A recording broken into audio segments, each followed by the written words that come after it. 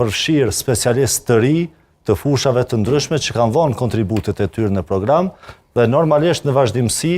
kemi përtrirë, kemi fuqizu listën kandiduese me profile të ndryshme të njerëzve, qoftë njerëz me bagazh kombëtar të luftës shërimtare, qoftë atyre që kanë kontribuar në zhvillimin e institucioneve për një kohë gjatë dhe qoftë ekspertëve, profesionistëve të ri nga fusha të ndryshme që janë bashku Partisë Demokratike të Kosovës. Po ajo çka dua të them është që në këtë fushat, pavarësisht që ne jemi vetëm pak muaj pas zgjedhjeve të dhjetorit, mendoj që në elektorat ekziston një atmosferë krejndryshe.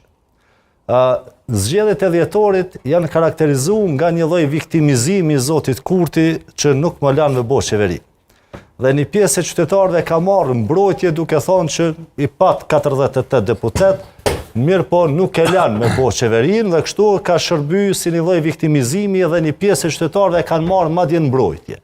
Mirë po nga ajo që po shohim sot në teren, në komunikim të vazhdueshëm me qytetarë, sot nuk ka qytetarë të Kosovës që mendojnë se Zoti Kurti nuk filloi me qeverisë për shkak që nuk e la dikush.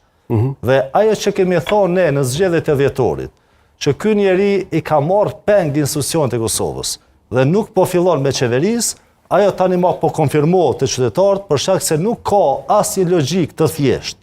asnjë logjik normale që shpjegon faktin që